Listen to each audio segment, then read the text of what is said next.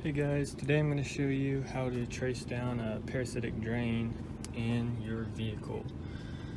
So this truck, it'll die randomly overnight. No lights on, no doors open or anything, it just dies. So we thought it probably had some sort of parasitic drain because we have a brand new alternator in there and charging system we know works great.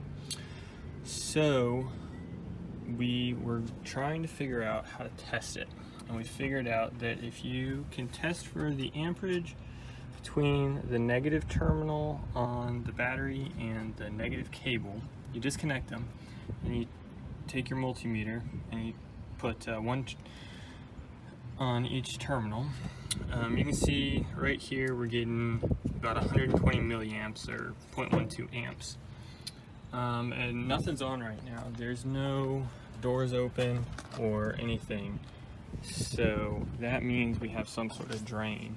You can do this, you can test this, and especially on more modern cars, you can expect about 50 milliamps of current being drawn, but 120 is a little over the top. So the way we tested this at first was we hooked it up like this, and then you go to your fuse panel. We went to the fuse panel inside and started pulling fuses. And if one person pulls fuses and you watch this and you pull out a fuse for like the air conditioning, and then the amperage goes down, then you know that the air conditioning is drawing the power and there's a short in the wiring to the air conditioning. But we pulled all the fuses on the inside and nothing changed. So then the next thing we went to was on this truck, the starter solenoid. And so you can see the power cable comes through here, and then these two terminals bolt on to the starter solenoid like that. And we figured out when we unbolted this that the amperage would go down. Then we started testing it, and we connected these two together, and still nothing, and it's not in the starter solenoid. It's a brand new starter solenoid, so that's good.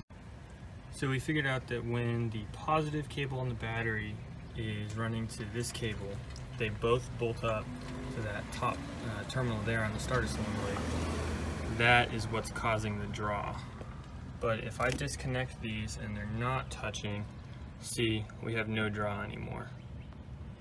So looked it up, and this wire here ends up going to the fuse box in the engine bay. So we're going to start pulling fuses on that and see if we can figure out what's drawing the current. None of the fuses changed the current. Then I started pulling relays, and this is the horn relay right here.